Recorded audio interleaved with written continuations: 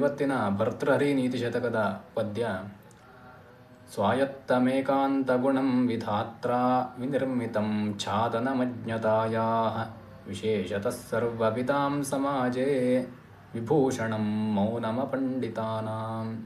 ಈ ಶ್ಲೋಕದಲ್ಲಿ ಭರ್ತೃಹರಿಯು ವಕ್ರೋಕ್ತಿಯಿಂದ ಒಂದು ಮಾತನ್ನು ಹೇಳ್ತಾ ಇದ್ದಾನೆ.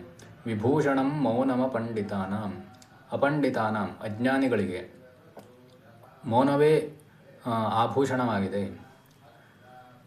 ಯಾವಾಗ ಅಂತ ಕೇಳಿದರೆ, ವಿಶೇಷತಃ ಸರ್ವವಿಧಾಂ ಸಮಾಜೆ, ಪಂಡಿತರ ಸಮಾಜದಲ್ಲಿ ಅಂದರೆ ಸಮೂಹದಲ್ಲಿ ಅಪಂಡಿತರಿಗೆ ಮೌನವೇ ಆಭೂಷಣವಾಗಿದೆ. ಆ ಮೌನವು ಯಾವ ರೀತಿಯಾದದ್ದು ಅಂತ ಕೇಳಿದರೆ, ಸ್ವಾಯತ್ತಮೇಕಾಂತ ಗುಣಂ ವಿಧಾತ್ರ ವಿನಿರ್ಮಿತಂ ಛಾದನಮಜ್ಞತಾಯಾ. ವಿಧಾತ್ರ ಬ್ರಹ್ಮನಿಂದ ತನ್ನ ಏಕಾಂತದ ಗುಣವೊಂದು ಅಜ್ಞಾನದ ರಕ್ಷಾಕವಚವಾಗಿ ವಿನಿರ್ಮಿಸಲ್ಪಟ್ಟಿದೆ, ಅದೇ ಮೌನ. ಆ ರೀತಿಯಾದಂಥ ಮೌನವು ಅಪಂಡಿತರಿಗೆ ಅಂದರೆ ಅಜ್ಞಾನ